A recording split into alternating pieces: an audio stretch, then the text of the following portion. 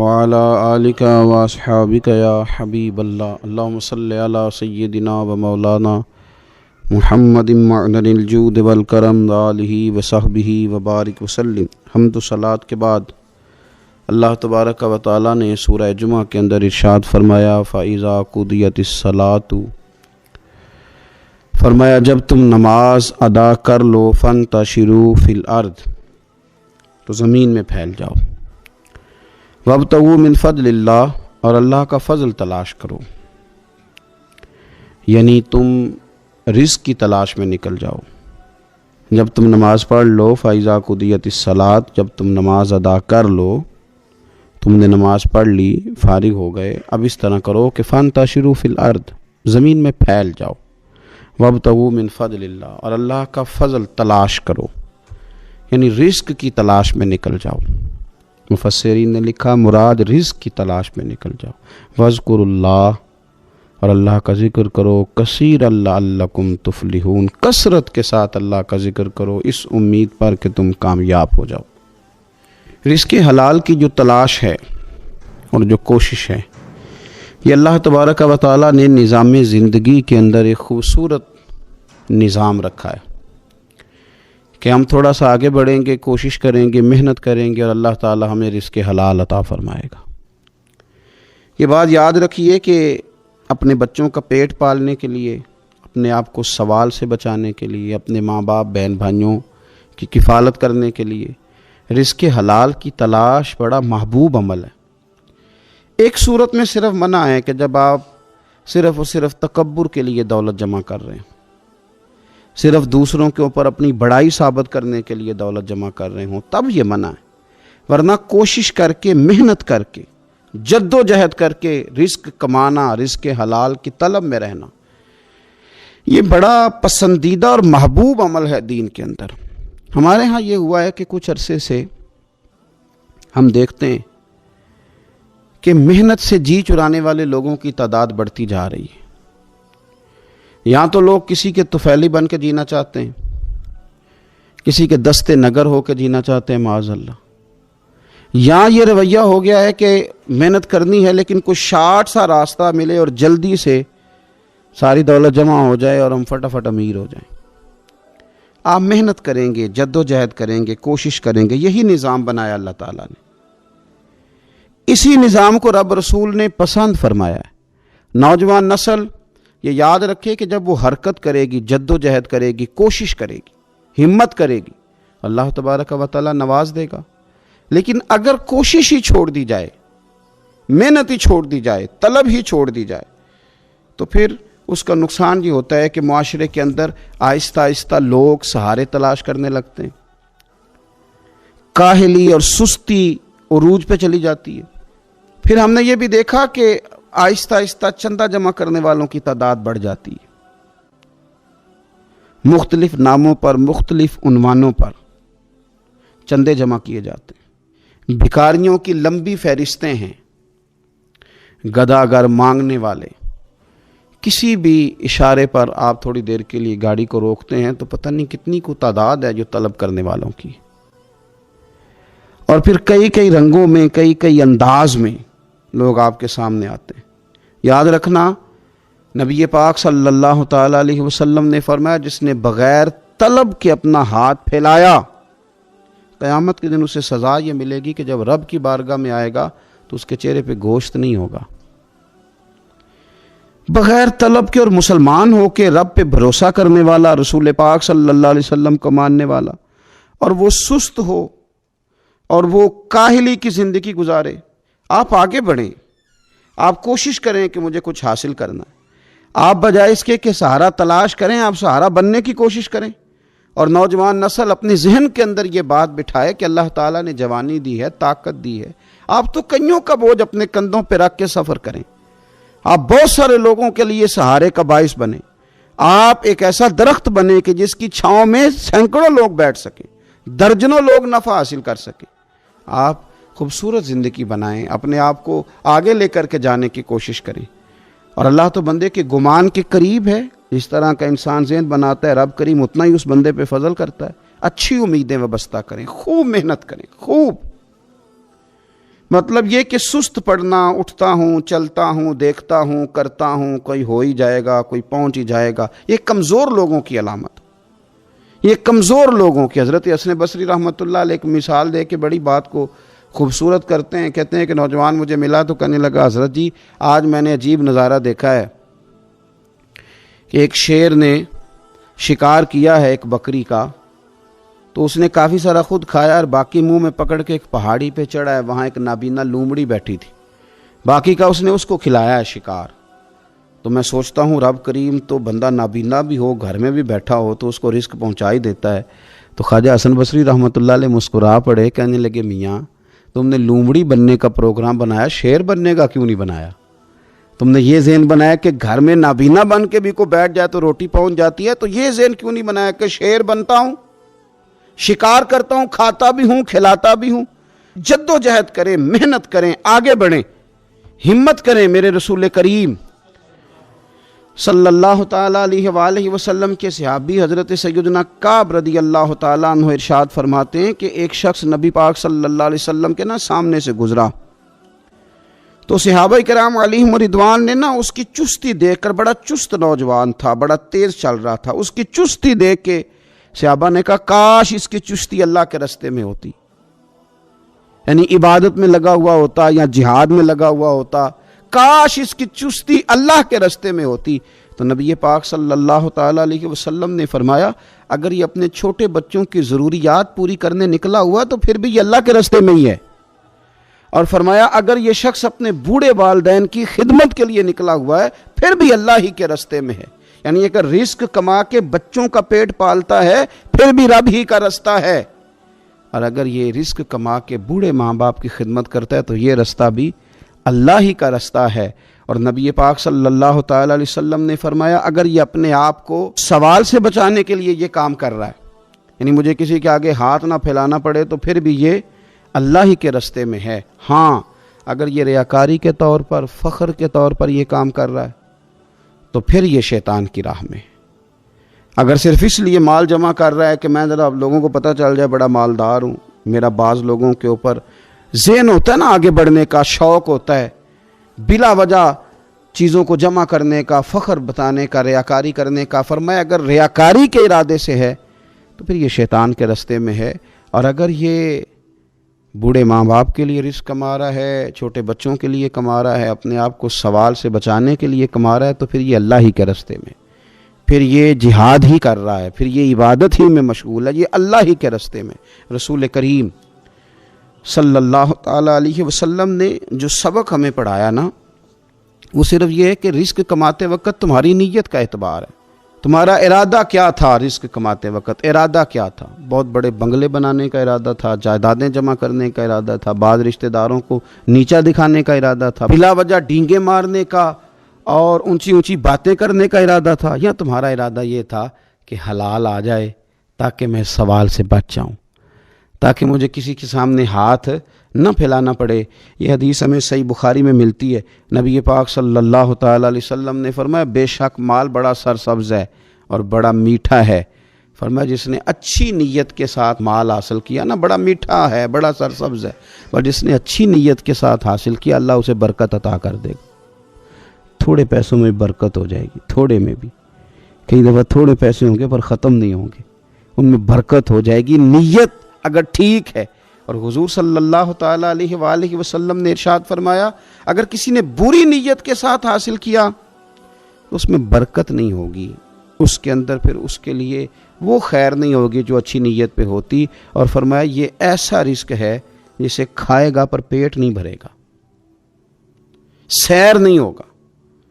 رزق کس نے کھا لیا ہے؟ چونکہ نیت یہ تھی کہ تفاخر کے لیے جمع کرنا، دولت ہونی چاہیے، بنگلہ ہونا چاہیے، لوگوں کو پتہ چلے کہ یہاں بھی ایک سیٹھ صاحب ہوتے ہیں، تو یہ نیت پر ڈیپینڈ کرتا ہے کہ آپ کا ارادہ رزق کماتے کیا ہے۔ بہت زیادہ محنت کرنے کی کوشش کریں، بالخصوص نوجوان اپنے دلوں کے اندر یہ جد و جہد پیدا کریں کہ ہم نے محنت کر کے رزق کمانا ہے۔ یہ جو ہاتھ پھیلاتے ہیں یہ بزدل لوگ ہوتے ہیں، یہ کمزور لوگ ہوتے ہیں۔ یہ ہاتھ جب کسی کے آگے کوئی شخص پھیلاتا ہے تو اپنی خودداری کا سودا کرتا ہے، اپنی عزت بیچتا ہے، اپنے وقار کو داؤ پہ لگاتا ہے۔ جب وہ ہاتھ پھیلاتا ہے، کشکول طلب جب دراز کرتا ہے، کبھی بھی اللہ کے علاوہ، اللہ کے محبوب علیہ السلام کے علاوہ آپ کسی کے سامنے کشکول طلب دراز نہ کریں۔ اور میری ساری زندگی یہ رائے رہی ہے کہ اچھا تاجر وہ ہوتا ہی نہیں جو پیسے زیادہ کماتا ہے،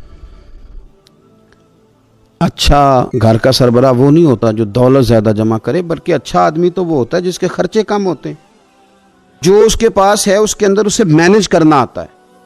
اگر اس کے پاس 1000 روپیہ ہے تو اسے سارا دن 1000 میں نکالنا آ جائے تو اس شخص کی عزت محفوظ ہے، اس کی عزت محفوظ ہے۔ اور اگر 10,000 کے اندر بھی اسے طبیعت نہیں ہے، اسے چاہت نہیں ہے، اسے خبر ہی نہیں ہے میں نے کس طرح وقت گزارنا ہے، تو پھر یہ شخص اپنے آپ کو بھی رسوا کرے گا اور اپنوں کے لیے بھی شرمندگی کا باعث بنے گا۔ محنت کریں، کوشش کریں، اپنے آپ کو فارغ نہ رکھیں۔ فارغ آدمی کو زنگ لگ جاتا ہے۔ فارغ تو کوئی گھر پڑا رہے تو بعض لوگ کہنے لگتے ہیں کہ یہاں تو جنوں کا قبضہ ہو گیا ہے۔ فارغ ذہنوں پر شیطانوں کا قبضہ ہو جاتا ہے۔ کچھ کریں، محنت کریں، جد و جہد کریں، آگے بڑھیں۔ ہمارے بزرگ فرماتے ہیں کہ پانی چل رہا ہو تو وہ پاک ہوتا ہے، اگر کھڑا ہو جائے تو پھر اس کے پاک ہونے کا مسئلہ بدل جاتا ہے۔ چلتے رہیں، حرکت کریں، جد و جہد کریں، آگے بڑھیں، ہمت کریں۔ جو لوگ ہمت کرتے ہیں رب تعالیٰ ان کی مدد کرتا ہے۔ آپ تجارت کریں، حضور صلی اللہ علیہ وسلم نے تجارت فرمائی، نبی پاک صلی اللہ علیہ وسلم نے تجارت فرمائی، کتنا بڑا درجہ حضور نے ارشاد فرمایا۔ اللہ کے پیارے محبوب صلی اللہ تعالیٰ علیہ وسلم ارشاد فرمانے لگے، یہ حدیث پاک آپ کو ترمذی میں اور دیگر کتابوں میں ملے گی، فرمایا جو تاجر سچا ہوگا نا، تجارت کرے پر سچ بولے، سودا جو ہے وہی بتائے، سچا جو تاجر ہوگا اسے اللہ تبارک و تعالیٰ قیامت کے دن نبیوں، صدیقوں اور شہیدوں کے ساتھ جگہ عطا فرمائے گا۔ اور یہ اتنا بڑا درجہ، یعنی اسے صدیقین کے ساتھ کھڑا کر دیا، شہداء کے ساتھ، حالانکہ یہ شہید نہیں ہوا، یہ تو دکان کرتا رہا وقت پہ، اللہ نے اسے اپنے انبیاء کے ساتھ جگہ دے دی۔ اس کا مطلب ہے رب صرف مسجد میں نہیں ملتا، دکان پہ بھی مل جاتا ہے۔ شرط یہ ہے کہ دیانتداری کے ساتھ تجارت کی جائے، دیانتداری کے ساتھ۔ ایک تو یہ کہ یہ کام کریں، پھر یہ کہ بہت سارے صحابہ کھیتی باڑی کرتے تھے، بہت سارے صحابہ، اور حضور صلی اللہ تعالی علیہ وسلم نے فرمایا اگر تم نے کوئی درخت لگایا، پودا لگایا، تو جو بھی جاندار اس سے نفع حاصل کرے گا اللہ تمہیں اس کا اجر عطا کرے گا۔ کوئی بھی آپ کھیتی باڑی کریں، محنت کریں، جد و جہد کریں، پھر اس سے آگے ہاتھ سے مزدوری کرنا ہے، ہاتھ سے مزدوری۔ میرے دادا جان کا انتقال، ان کی عمر 90 سال سے زیادہ تھی جب وہ دنیا سے گئے تھے۔ تو آخری دن غسل کے بعد جب میں نے ان کے ہاتھ کو کھولا تھا تو تب بھی ان کے ہاتھوں پر محنت کے نشان تھے، ابھی بھی ان کے ہاتھوں پہ چھالے تھے، وہ جو پکے پڑ گئے تھے نا وہ ساری زندگی رہے میرے والد صاحب کے ہاتھوں پہ ہمیشہ۔ کیونکہ دامان توکل کی یہ خوبی ہے کہ اس پر پیوند لگے ہوتے ہیں پر دھبے نہیں ہوتے۔ محنت آپ کریں، محنت کے نشان ہونے چاہیے، کرپشن کے داغ نہیں ہونے چاہیے۔ آپ تھک جائیں کام کرتے، لیکن میرے بھائی اس طرح نہ ہو کہ لوگ، میں نے کئی دفعہ کہا ہے کہ روب کپڑوں کا نہیں ہوتا، روب تو کردار کا ہوتا ہے۔ کروڑوں روپے کا آپ مکان بنا لیں، گاڑی خرید لیں، لیکن آپ کا پیسہ کرپشن کا ہے تو لوگ دروازے کے سامنے کھڑے ہو کے کہتے ہیں 2 نمبر طریقے سے کمایا۔ لیکن چھوٹا سا کوئی ملازم ہو کسی دفتر میں، ہو دیانتدار، تو لوگ دروازے کے سامنے بڑا افسر بھی کھڑا ہو کے کہتا ہے یار یہ بندہ نہ رشوت لیتا ہے نہ ناجائز سفارش سنتا ہے، اس سے ذرا احتیاط سے بات کرنی ہے۔ تو بتلائیے روب کپڑوں کا ہے کہ کردار کا ہے، دولت کا ہے کہ کردار کا ہے؟ کردار کی عظمت ہوتی ہے۔ اس لیے میرے نبی پاک صلی اللہ تعالی علیہ وسلم نے فرمایا کسی بندے نے بھی، یہ بخاری ہے، حضور فرماتے ہیں کسی نے بھی اپنے ہاتھ سے زیادہ بہتر کھانا کوئی نہیں کھایا، اپنے ہاتھ کی کمائی سے زیادہ بہتر کسی بندے نے کھانا نہیں کھایا۔ اور فرمایا اللہ کے نبی حضرت داؤد علیہ السلام اپنے ہاتھوں سے کمائی کر کے کھایا کرتے تھے، اپنے ہاتھوں سے محنت کر کے کھاتے تھے۔ سب سے بہترین کھانا آپ وہ کھاتے ہیں جو آپ اپنے ہاتھوں سے محنت کرتے ہیں، مشقت کرتے ہیں، آپ کوشش کر کے جو کھانا آپ محنت کر کے کماتے ہیں۔ یہ مزدور بڑے شاندار لوگ ہوتے ہیں، یہ کسان بڑے شاندار لوگ ہوتے ہیں۔ میں نے دیکھا ہے رات کی تنہائیوں میں اٹھ اٹھ کے کھیتوں کو پانی لگاتے ہیں۔ میں نے ان کو جانوروں سے پیار کرتے دیکھا ہے، ان کو محبت کرتے دیکھا ہے۔ میں نے دیکھا ہے کہ یہ بہت سارے دنیاوی تکلفات سے نکل جاتے ہیں، ان کو زیادہ فکر نہیں رہتی کہ میرے کپڑوں پہ دھبے ہیں کہ یہاں کس طرح کا ماحول ہے۔ میں نے دیکھا ہے کہ ان کی عیدیں تک اپنے جانوروں کے ساتھ گزرتی ہیں، ان کے ساتھ وقت گزارتے ہیں، پیار کرتے ہیں۔ آپ جب محنت کا ارادہ کرتے ہیں تو اللہ بڑا نوازتا ہے۔ اپنی زندگی محنت والی، جد و جہد والی بنائیں، اور یاد رکھیں ہماری سوسائٹی کے اندر اتنے زیادہ غم نہیں ہیں، سب سے زیادہ پریشانی یہ ہے کہ جوان سست ہو گئے۔ علامہ اقبال نے کہا تھا لہو مجھ کو رلاتی ہے جوانوں کی تان آسانی۔ جوان اصل میں کمزور ہو گئے، اس لیے خرابی زیادہ بڑھ گئی۔ اگر جوان تازہ دم ہوں، سستی کو چھوڑیں، آگے بڑھنے کا جذبہ پیدا کریں۔ اٹھ باندھ کمر کیوں ڈرتا ہے، پھر دیکھ خدا کیا کرتا ہے۔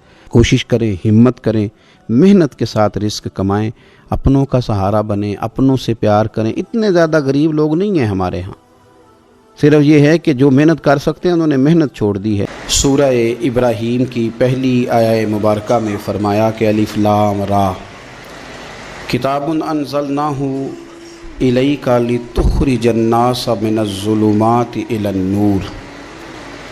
فرمایا اے محبوب علیہ السلام، یہ کتاب ہم نے آپ پر نازل کی ہے تاکہ آپ لوگوں کو اندھیروں سے نور کی طرف لے جائیں، تاکہ آپ لوگوں کو اندھیروں سے نکال کے نور عطا فرما دیں۔ بِإِذْنِ رَبِّهِمْ إِلَى صِرَاط، اور اپنے رب کے حکم سے اپنے رب کے رستے کی طرف لوگوں کو لے جائیں۔ العزیز الحمید، وہ رب جو بڑا غالب بھی ہے اور جو حمد کیا گیا ہے، جس کی حمد کی جاتی ہے، اس کے رستے کی طرف آپ لوگوں کو لے جائیں۔ من الظلمات الی النور، لوگوں کو اندھیروں سے نکالیں اور ظلمات سے نکال کے انہیں نور دیں۔ ہمارے مفسرین کرام نے یہاں لکھا ہے کہ یہ دیکھ لیں کہ قرآن مجید نے ظلمات، اندھیرے جب بیان کیے تو جمع کا صیغہ استعمال کیا، اور جب الی النور کہا تو واحد کا صیغہ استعمال کیا۔ ظلمات زیادہ ہیں اور نور ایک ہے، اندھیرے زیادہ ہیں اور روشنی ایک ہے۔ معنی کیا ہے کہ کائنات میں جتنے بھی اندھیرے ہیں ان سب سے دور کرنے والی روشنی ایک ہی ہے جو مدینے والے رسول کے پاس موجود ہے، جو نبی پاک صلی اللہ علیہ وسلم کی بارگاہ میں موجود ہے، جو حضور کے پاس موجود ہے۔ یہ روشنی ایک ہی ہے، اندھیرے بے شمار ہیں، کثرت سے اندھیرے ہیں۔ ایک اندھیرا کفر کا ہے، ایک اندھیرا نفاق کا ہے، ایک اندھیرا جہالت کا ہے، ایک اندھیرا غربت کا ہے، ایک اندھیرا تنہائی کا ہے، ایک اندھیرا مایوسی کا ہے۔ یہ سارے اندھیرے ہیں، نکلیں گے کیسے؟ جب ہم کسی اور سے روشنی نہیں لیں گے، روشنی لیں گے رسول پاک کی بارگاہ سے۔ اعلیٰ حضرت فاضل بریلوی رحمۃ اللہ تعالیٰ علیہ نے ایک بات یہاں بیان فرمائی ہے، وہ بڑی عجیب اور بڑی انوکھی ہے۔ اعلیٰ حضرت فرماتے ہیں کہیں اور سے تم روشنی لو گے نا تو یہ پہر دو پہر رہے گی۔ یہ جتنی چاندنی، جتنی روشنی ہے، یہ ڈھل جاتی ہے، ڈھل رہی ہوتی ہے۔ یہ چاند کی جو چاندنی ہے نا، یہ ڈھلتی ہے، پورے عروج پہ جاتا ہے، پھر کم ہوتا ہے، پھر کم ہوتا ہے، پھر کم ہوتا ہے، پھر کم ہوتا ہے۔ فرماتے ہیں ایک روشنی ایسی ہے جو کبھی کم نہیں ہوتی، اور اس روشنی کا نام نور مصطفیٰ ہے صلی اللہ تعالی علیہ وسلم۔ فرمانے لگے ماہ مدینہ اپنی تجلی عطا کریں، اے ماہ مدینہ اپنی تجلی عطا کریں۔ یہ ڈھلتی چاندنی تو پہر دو پہر کی ہے، یہ جو ہمارے پاس چاند کی چاندنی ہے یہ تو ڈھل رہی ہے، پہر دو پہر رہے گی۔ اے ماہ مدینہ آپ اپنی تجلی عطا، یا رسول اللہ ایک اندھیرے سے نکلیں گے دوسرے میں گم ہو جائیں گے، دوسرے سے نکلیں گے تو پتہ نہیں کون سا رستہ ملے گا، آپ مہربانی کریں، اے ماہ مدینہ ہمیں اپنی تجلی عطا کریں، آپ اپنا کرم فرمائیں۔ اندھیرے بہت سارے ہیں، نور ایک ہی ہے، نور ایک ہی ہے، اور اس نور کا نام محمد مصطفیٰ ہے صلی اللہ تعالی علیہ وسلم۔ نور ایک ہے۔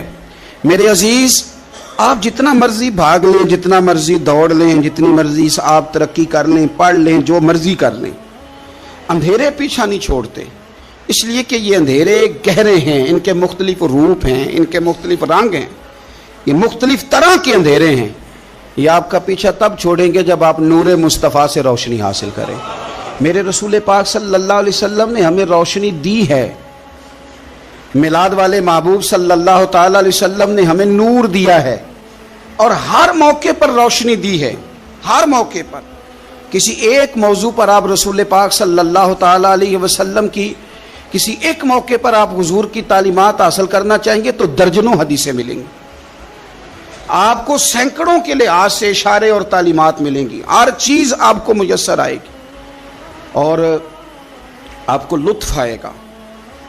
میں کل ایک بزرگ کی بات سن رہا تھا، مجھے بڑا مزہ آیا۔ وہ حدیث پاک بیان کر رہے تھے کہ نبی پاک صلی اللہ علیہ وسلم نے فرمایا کہ میں اور یتیم کو پالنے والا قیامت کے دن اس طرح ہوں گے جس طرح یہ دو انگلیاں جڑی ہوئی ہیں۔ تو فرمانے لگے دیکھ لو میرے نبی پاک کے لفظ بھی محفوظ ہیں اور میرے نبی کے اشارے بھی کتابوں میں محفوظ ہیں۔ یعنی حضور نے دو انگلیوں کا اشارہ کیا تھا تو ہر محدث نے وہ نوٹ کیا ہے، حضور کے اشارے تک محفوظ ہیں کتابوں، یعنی باقاعدہ حضور نے، وہ الگ بات ہے نا، وہ معاملہ الگ ہے کہ سورج چڑھا ہوا ہے، روشنی پھیلی ہوئی ہے، لیکن ایک بندے نے اس طرح کیا ہے کہ پچھلے کمرے میں سویا ہے، اب چونکہ اس کا سونے کا ارادہ ہے، اسے اندھیرے سے پیار ہے، اس نے لائٹ بھی بند کر دیا ہے، دروازہ بھی بند کر دیا ہے، اور کھڑکی سے تھوڑی سی روشنی آ رہی تھی، اس کے آگے بھی پردہ کر دیا، لوگوں کو کہتا ہے روشنی کوئی نہیں، نور ہی کوئی نہیں، اندھیرا بڑا ہے، تو اسے کہیں گے بیوقوف، تو اپنی کھڑکی تو کھولنا پہلے، تو اپنا پردہ ہٹا، تو یہ دیکھ کہ تو نے خود دروازہ، وہ تو آفتاب چمک رہا ہے، وَدَاعِيًا إِلَى اللَّهِ بِإِذْنِهِ وَسِرَاجًا مُنِيرًا، حضور کی نبوت کا آفتاب چمک رہا ہے، کوئی سیکھنے ہی نہیں نکلتا، ٹائم ہی کوئی نہیں، مصروفیت ہی بڑی ہے۔ نکاح کا ٹائم آیا تو ساری چیزیں سیکھ لیں، آداب نکاح نہیں سیکھے، قرآن و سنت نکاح کے بارے میں کیا فرماتے ہیں یہ نہیں سیکھے، سارے لوگ لگے ہوئے ہیں ڈیوٹی کرنے، شادی آ گئی، شادی آ گئی، کپڑے بنا لو، لیکن جو میاں بیوی کے حقوق تھے وہ نہیں سیکھے کسی سے جا کے، تو شادی کے چوتھے دن ہی لڑائی شروع ہو گئی۔ اگر یہ آداب کا، انداز کا پہلے سے پتہ ہوتا تو گھر کپڑوں سے سکھی نہیں رہتا، ایک دوسرے کے ساتھ محبت ہو تو گھر سکھی رہتا ہے، تو جو اصل چیز تھی وہ سیکھی نہیں۔ یہی رویہ ہمارا سارے کاموں میں، محبوب نے جو ہمیں ہدایت عطا فرمائی تھی، جو روشنی دی تھی، ہم نے اس سے فائدہ نہیں لیا۔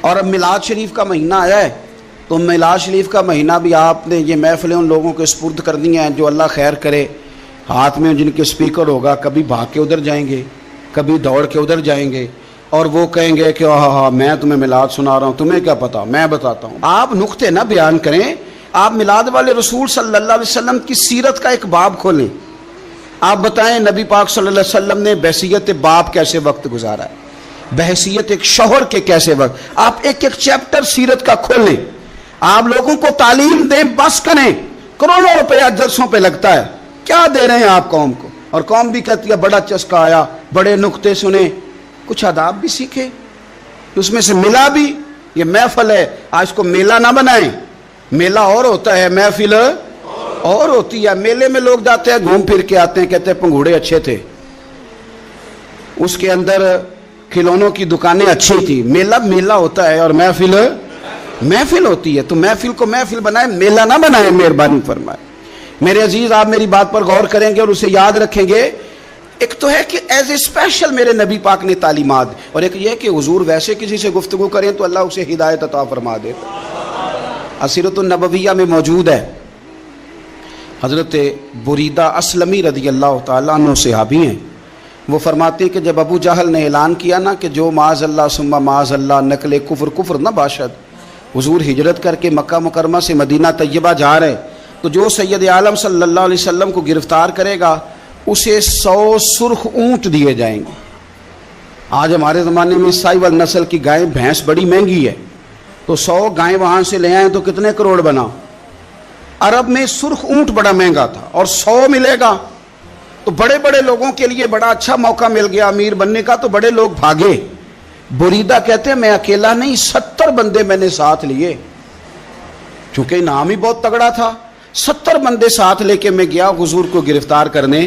تو مکہ مکرمہ سے کوئی 70-75 کلومیٹر کے فاصلے پر میں نے نبی پاک صلی اللہ علیہ وسلم اور جناب صدیق اکبر کو پا لیا۔ کہتے ہیں جب 70 سواروں کے ساتھ، ان کے ہاتھ میں نیزے ہیں، تلواریں ہیں، ان 70 سواروں کے ساتھ جب میں وہاں پہنچا اور جناب صدیق اکبر رضی اللہ تعالیٰ عنہ نے ہمیں آتے ہوئے دیکھا تو تھوڑا گھبرائے۔ کہتے ہیں صدیق اکبر گھبرا رہے تھے کہ 70-71 بندے آ گئے، پر حضور زیر لب تھوڑا تھوڑا مسکرا رہے تھے، حضور زیر لب تھوڑا تھوڑا مسکرا رہے تھے۔ اور نبی پاک صلی اللہ علیہ وسلم بڑے اطمینان کے ساتھ بیٹھے. بریدہ آ گئے اور جب آ کے کھڑے ہوئے نا تو حضور نے پوچھا تمہارا نام کیا ہے؟ ایک بندہ گرفتار کرنے آیا ہے.